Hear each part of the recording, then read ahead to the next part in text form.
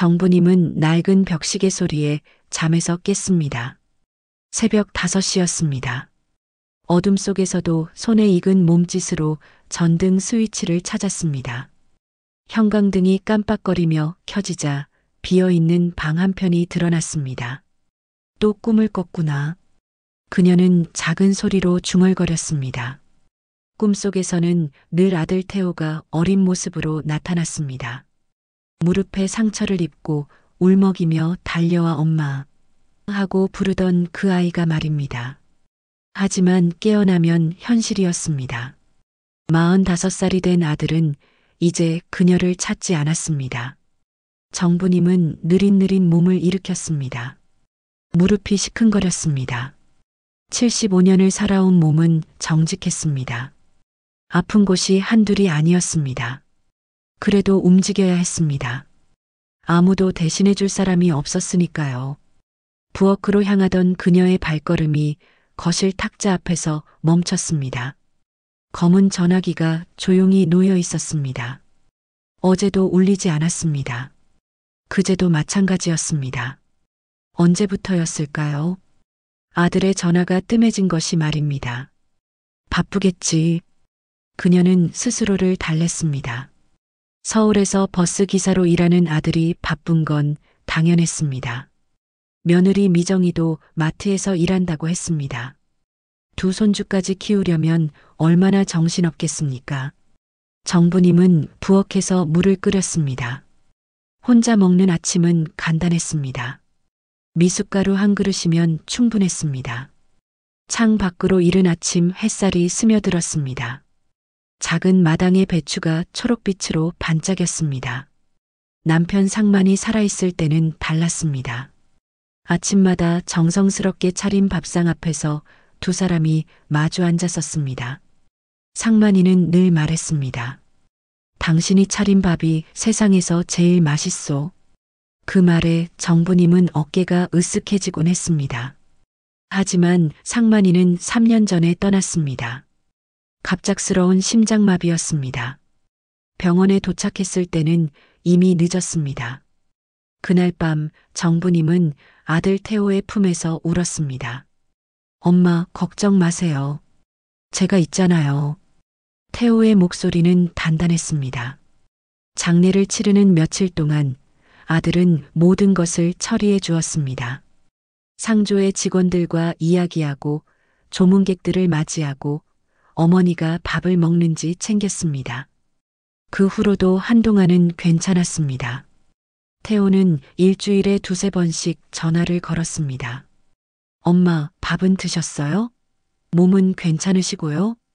정부님은 그 목소리를 들으며 위안을 얻었습니다. 명절이면 며느리와 손주들까지 데리고 시골집을 찾았습니다. 하지만 언제부터인가 달라졌습니다. 전화 통화 시간이 짧아졌습니다. 예전에는 이런저런 이야기를 나누곤 했는데 이제는 안부만 묻고 금세 끊었습니다. 엄마, 죄송해요. 급한 일이 생겨서요. 아, 그래. 일 보거라. 정부님은 늘 이해한다고 말했습니다. 하지만 마음 한구석이 서늘해졌습니다. 혹시 자신이 부담스러운 건 아닐까 하는 생각이 들었습니다. 지난 추석에는 더욱 충격이었습니다. 태호 가족이 내려오지 않았습니다. 전화로 미안해요, 엄마. 애들이 감기에 걸려서요라고만 했습니다. 정부님은 혼자 차례상을 차렸습니다. 남편의 사진 앞에 놓인 빈자리들이 유독 크게 느껴졌습니다. 그날 밤 그녀는 남편의 사진에 대고 말했습니다. 여보, 우리 태호가 나를 부담스러워하는 것 같아요. 사진 속 남편은 여전히 온화하게 미소 짓고 있었습니다. 답은 없었습니다. 정부님은 미숫가루를 다 마시고 그릇을 설거지했습니다. 찬물에 손이 시렸습니다. 겨울이 오고 있었습니다. 혼자 보내는 첫 번째 겨울이 되겠지요. 전화벨이 울렸습니다. 정부님의 가슴이 두근거렸습니다. 혹시 태호일까요? 황급히 전화를 받았습니다. 여보세요? 분이마, 나 영숙이야. 오늘 장 보러 가는데 같이 갈래? 이웃집 최영숙의 목소리였습니다.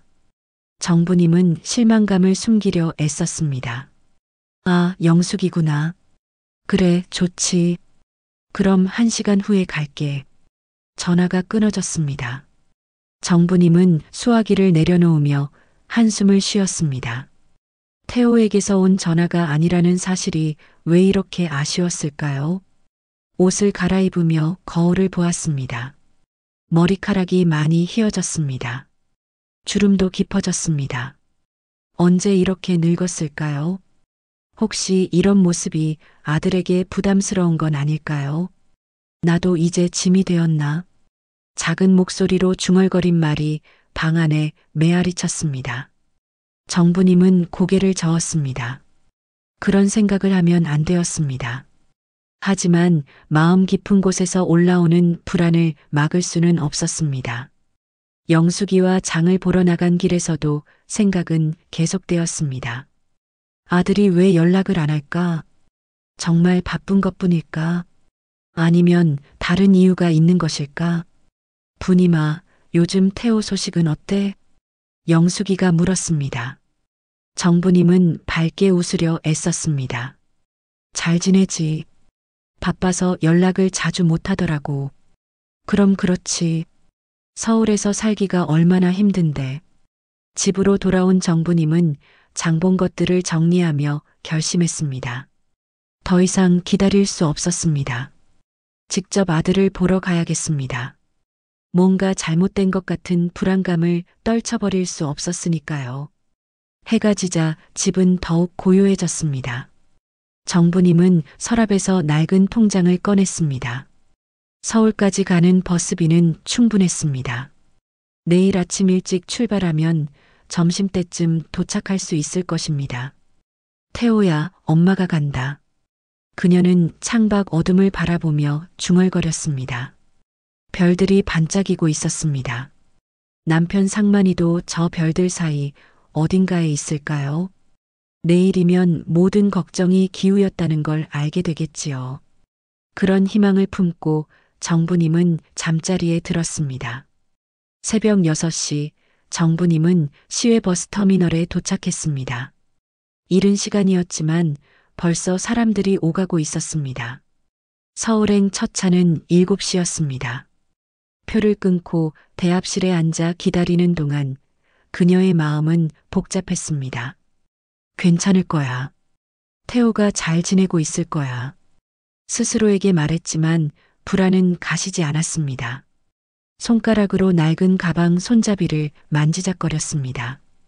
가방 안에는 아들이 좋아하던 시골배와 직접 담근 김치가 들어 있었습니다.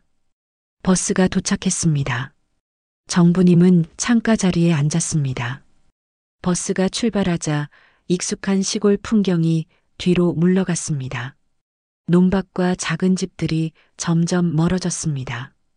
언제 다시 돌아올 수 있을까요? 3시간 남짓 달린 후 버스는 서울 고속터미널에 도착했습니다. 정부님은 지하철 노선도를 보며 당황했습니다. 복잡한 선들이 거미줄처럼 얽혀 있었습니다. 태호가 사는 곳은 4호선이라고 했는데 어떻게 가야 할까요? 아저씨, 4호선은 어디로 가야 하나요? 영무원에게 물었습니다. 친절하게 길을 알려주었습니다.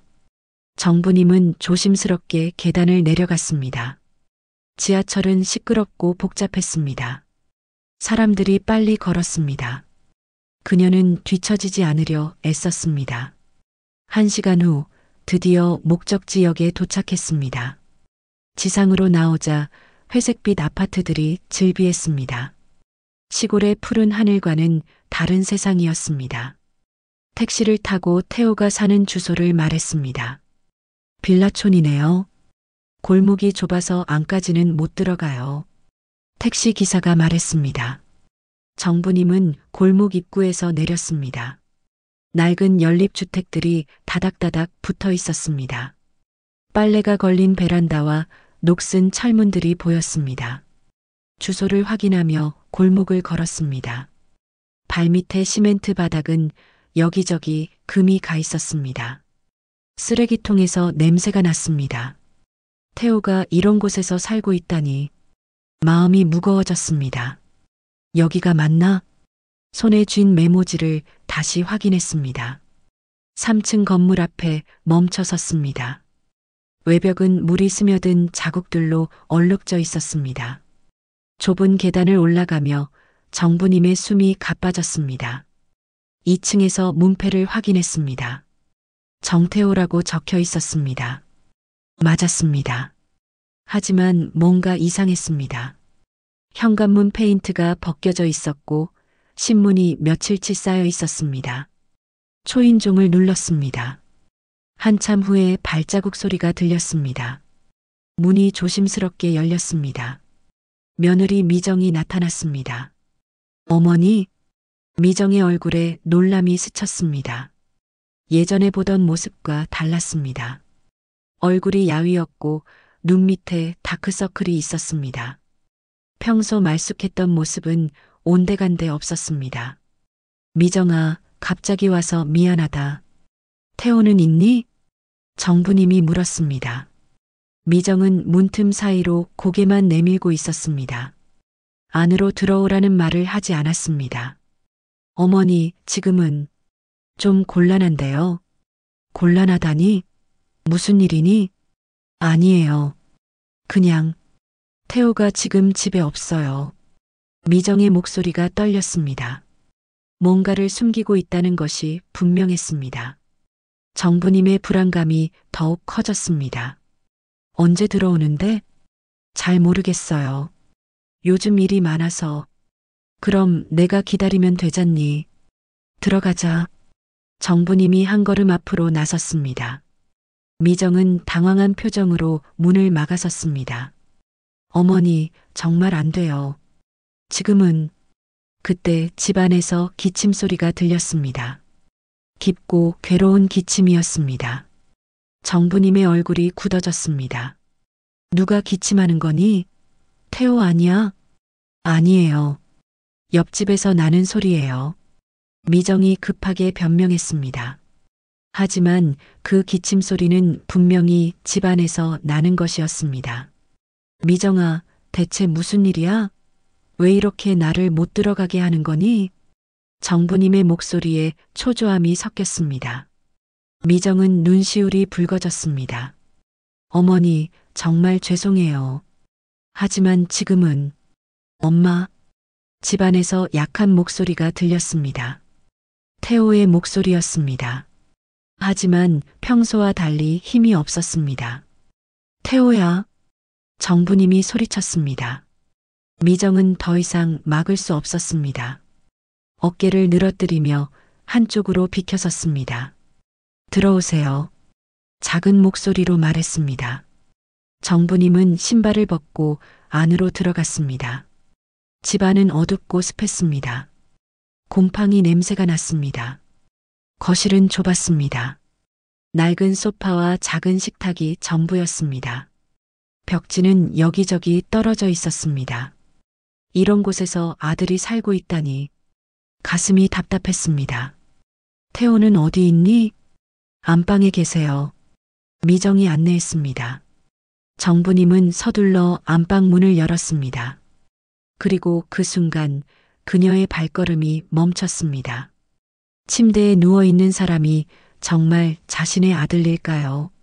살이 많이 빠진 얼굴, 누런 피부색, 거친 숨소리. 태호는 예전 모습이 아니었습니다. 엄마. 태호가 힘겹게 고개를 들었습니다. 미안한 표정이었습니다. 정부님은 다리에 힘이 빠지는 것을 느꼈습니다. 태호야, 너 왜 이렇게 됐니? 떨리는 목소리로 물었습니다.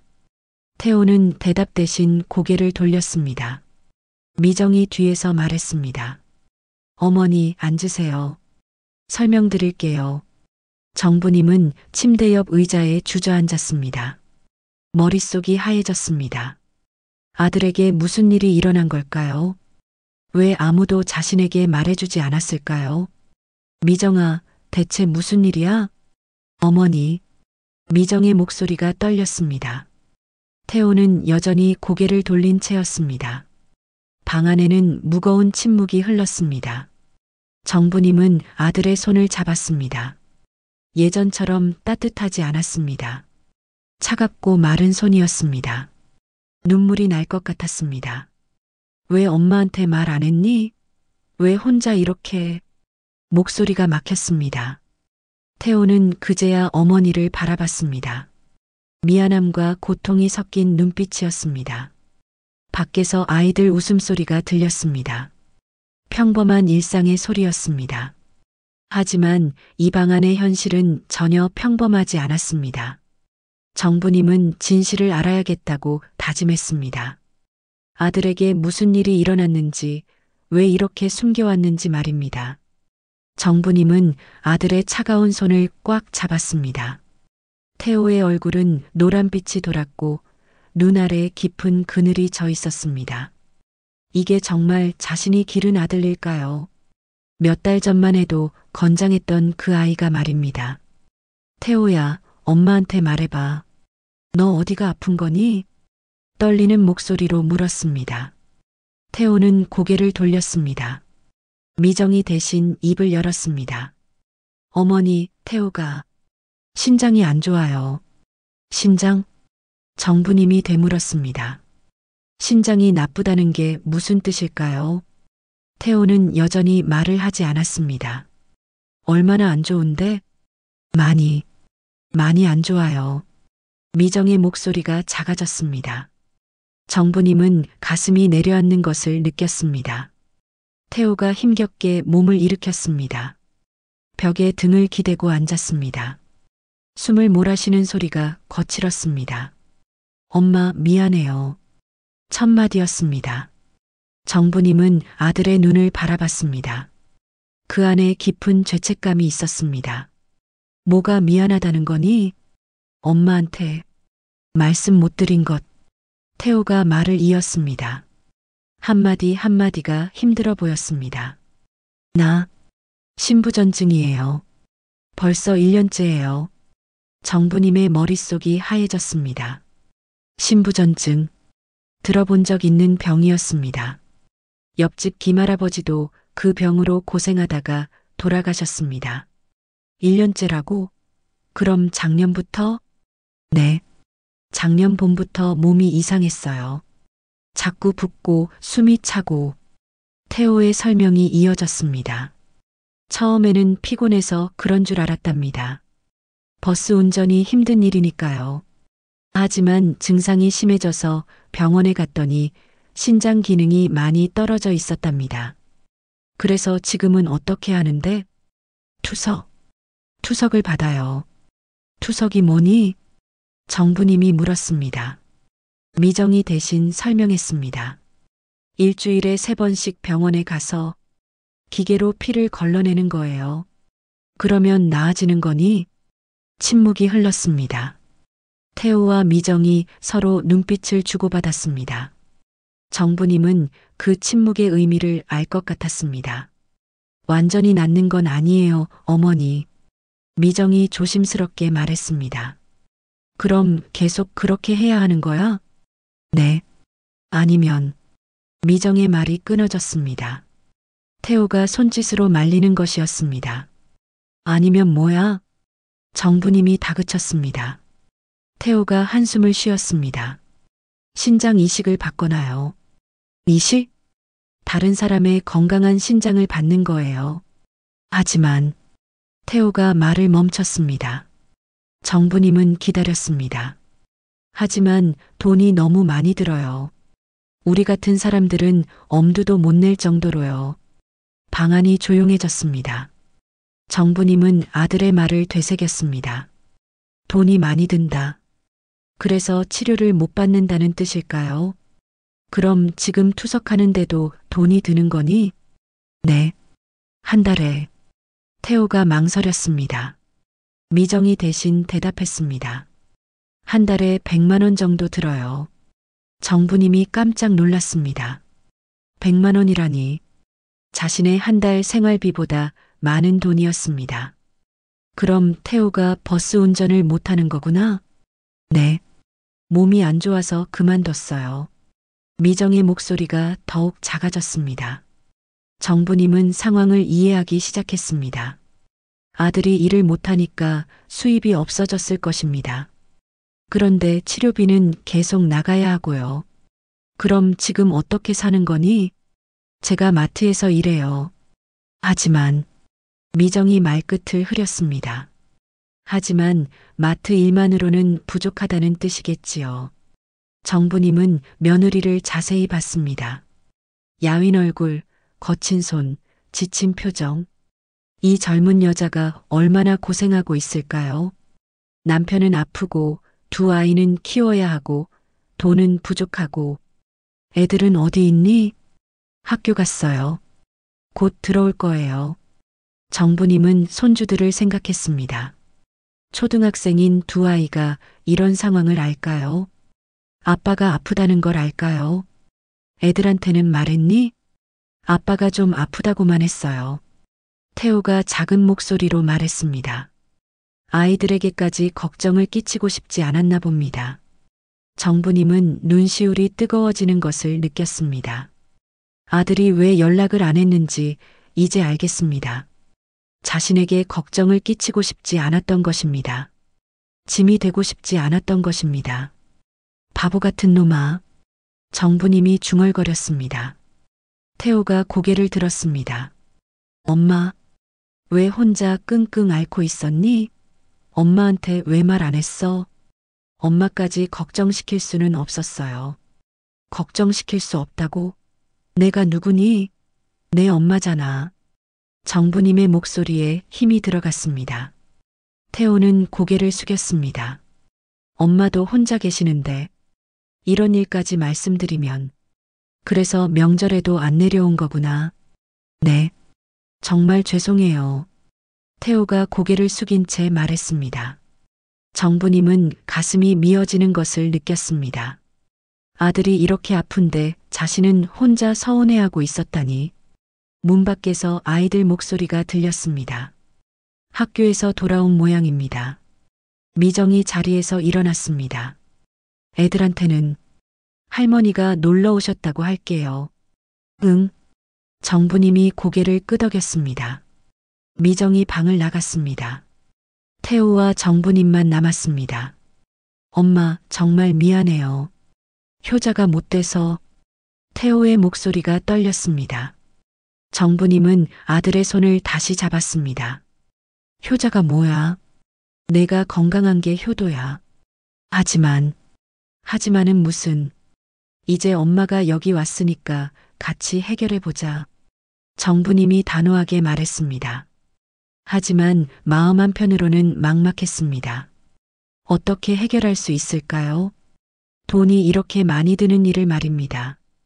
그때 남편 상만의 말이 떠올랐습니다. 살아생전에 늘 하던 말이었습니다. 돈은 벌면 되지만 사람은 없으면 끝이야. 정부님은 결심했습니다. 방법이 있을 것입니다.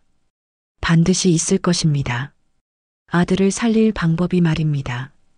밖에서 아이들이 할머니 하고 부르는 소리가 들렸습니다. 정부님은 눈물을 훔치고 일어났습니다. 손주들을 안아줘야 했습니다. 그리고 이 집에 다시 웃음소리가 들리게 해야 했습니다.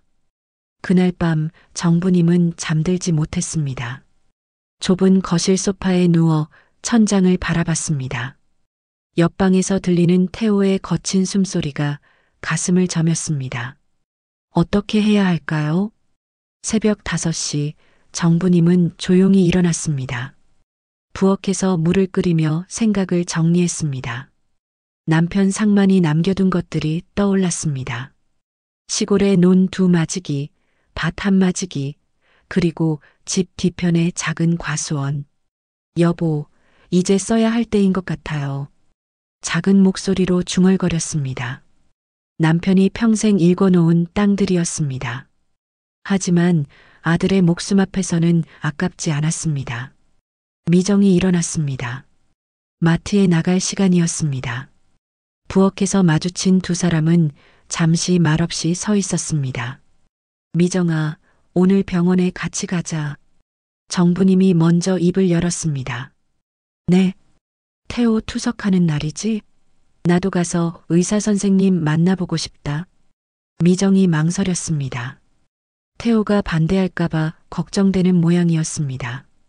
괜찮아. 내가 태호한테 말할게. 정부님이 단호하게 말했습니다. 미정은 고개를 끄덕였습니다. 그럼 제가 회사에 연락해서 오늘 하루 쉴게요. 아침 8시 세 사람은 병원으로 향했습니다.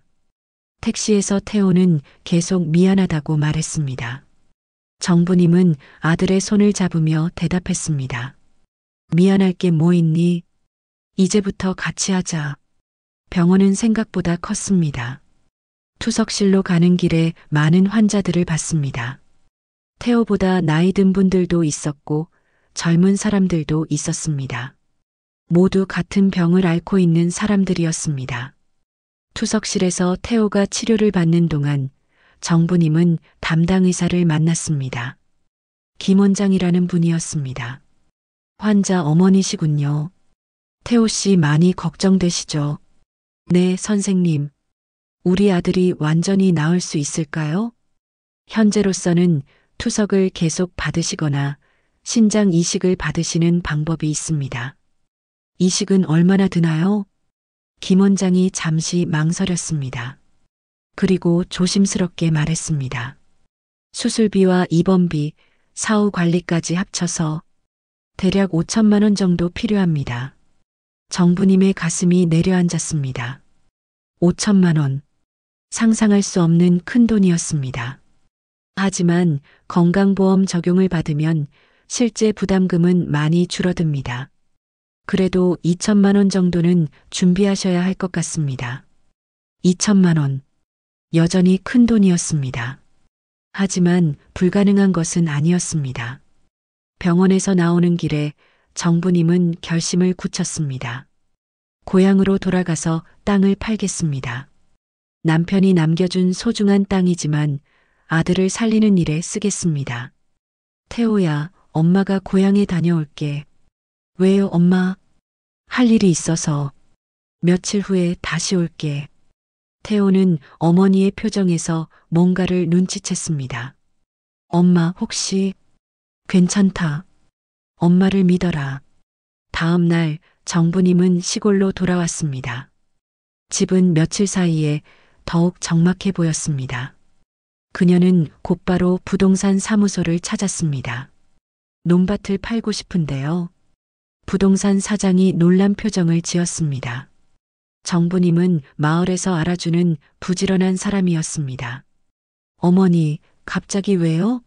그 좋은 땅을. 급한 일이 생겨서요. 얼마나 받을 수 있을까요? 며칠 후 땅을 보러 온 사람들이 있었습니다. 값을 깎으려 했지만 정부님은 흔들리지 않았습니다. 좋은 땅이라는 걸 누구보다 잘 알고 있었으니까요. 결국 2,500만 원에 팔렸습니다. 충분한 돈이었습니다. 정부님은 통장에 돈이 들어오는 걸 확인하고 서울로 다시 올라갔습니다. 엄마, 태호가 놀란 표정으로 어머니를 맞았습니다. 며칠 사이 얼굴이 더 나아 보였습니다. 미정아, 내가 있을 때 아이들 챙김을 잘했구나. 어머니가 계시니까 태호도 마음이 편한 것 같아요. 그날 저녁 온 가족이 둘러앉아 이야기했습니다. 정부님은 땅을 판 이야기를 꺼냈습니다. 엄마, 그러시면 안 돼요. 그 땅은 아버지가. 태호가 말렸습니다. 정부님은 아들의 말을 끊었습니다. 내 아버지가 뭐라고 하실 것 같니? 아들을 살리는 데 쓰라고 하실 거야. 하지만은 없어. 이미 결정된 일이야. 며느리 미정이 눈물을 흘렸습니다. 어머니, 감사해요. 정말 감사해요. 고마워할 게 뭐 있니? 가족이잖아. 다음 주부터 이식 준비가 시작되었습니다. 각종 검사를 받고 순서를 기다려야 했습니다. 하지만 희망이 생겼습니다. 정부님은 서울에 머물며 아들을 돌봤습니다. 투석받는 날이면 함께 병원에 갔습니다. 손주들과도 시간을 보냈습니다. 할머니, 아빠 나아져요? 큰 손주 민수가 물었습니다. 그럼 곧 나아져서 다시 건강해질 거야. 정말요? 할머니가 거짓말하겠니? 아이들의 얼굴에 미소가 돌아왔습니다. 집 안 분위기도 밝아졌습니다. 태호의 상태도 조금씩 좋아졌습니다. 이식에 대한 희망이 생기자 마음도 편해진 것 같았습니다. 엄마, 제가 꼭 건강해져서 효도할게요. 효도는 무슨? 내가 건강하면 그게 효도야. 어느 날 저녁 정부님은 남편의 사진을 보며 말했습니다. 여보, 우리 아들 살릴 수 있을 것 같아요. 당신이 읽어놓은 땅이 아들을 살렸어요. 사진 속 남편은 여전히 따뜻하게 웃고 있었습니다. 한 달 후 드디어 이식할 신장이 나왔다는 연락이 왔습니다. 가족들은 모두 병원으로 달려갔습니다. 수술 잘 될 거예요, 태호야. 네, 엄마. 이제 정말 새로 태어날 수 있을 것 같아요. 수술실 앞에서 기다리는 동안 정부님은 생각했습니다. 버려졌다고 생각했던 자신이 틀렸다는 것을, 아들은 자신을 지키려고 침묵했을 뿐이라는 것을, 수술은 성공적으로 끝났습니다. 새로운 시작이었습니다. 수술 후 일주일이 지났습니다. 태호는 중환자실에서 일반 병실로 옮겨졌습니다. 얼굴에 혈색이 돌기 시작했습니다. 정부님은 매일 병원을 지켰습니다. 엄마, 이제 괜찮으니까 집에 가서 쉬세요. 태호가 말했습니다. 하지만 정부님은 고개를 저었습니다. 엄마가 여기 있어야 마음이 놓여. 병실 창문으로 봄볕이 들어왔습니다. 따뜻한 햇살이었습니다. 정부님은 그 햇살을 바라보며 생각했습니다. 몇 달 전만 해도 모든 것이 어둠처럼 느껴졌는데 이제는 다시 밝아졌습니다. 며느리 미정이 도시락을 들고 왔습니다. 예전과 달리 표정이 밝았습니다. 어머니, 오늘 태호 검사 결과 어떻다고 하던가요? 좋다고 하더라. 새 신장이 잘 적응하고 있대. 정말 다행이에요. 미정이 안도의 한숨을 쉬었습니다. 지난 몇 달이 얼마나 힘들었을까요? 정부님은 며느리를 바라봤습니다. 미정아, 그동안 고생 많았지? 아니에요, 어머니. 아니긴. 혼자서 얼마나 힘들었겠니? 정부님이 며느리의 손을 잡았습니다. 예전보다 더 거칠어진 손이었습니다. 이제 좀 쉬어도 될 것 같구나. 네. 태호가 나으면 마트 일도 줄일 수 있을 것 같아요. 두 사람은 잠시 조용히 앉아 있었습니다. 처음으로 마음을 터놓고 이야기할 수 있는 시간이었습니다. 어머니, 정말 죄송했어요. 미정이 먼저 입을 열었습니다. 뭐가? 처음에 어머니 오시는 걸 못 들어가게 해서요. 그럴 수밖에 없었지. 나도 이해해. 태호가 어머니께 걱정 끼치기 싫다고 절대 말하지 말라고 했거든요. 정부님은 고개를 끄덕였습니다. 그럴 줄 알았습니다. 우리 태호가 원래 그런 성격이야. 어릴 때부터 자기 일은 자기가 해결하려고 했어. 네. 혼자 끙끙 앓다가 결국 어머니한테 들켰죠. 두 사람이 웃었습니다. 오랜만에 웃는 소리였습니다. 한 달 후 태호는 퇴원했습니다. 집으로 돌아오는 길에 온 가족이 함께했습니다. 손주들이 아빠 손을 잡고 걸었습니다. 아빠, 이제 아프지 않아요? 작은 손주 민지가 물었습니다. 응, 이제 아프지 않아. 할머니 덕분에 다 나았어.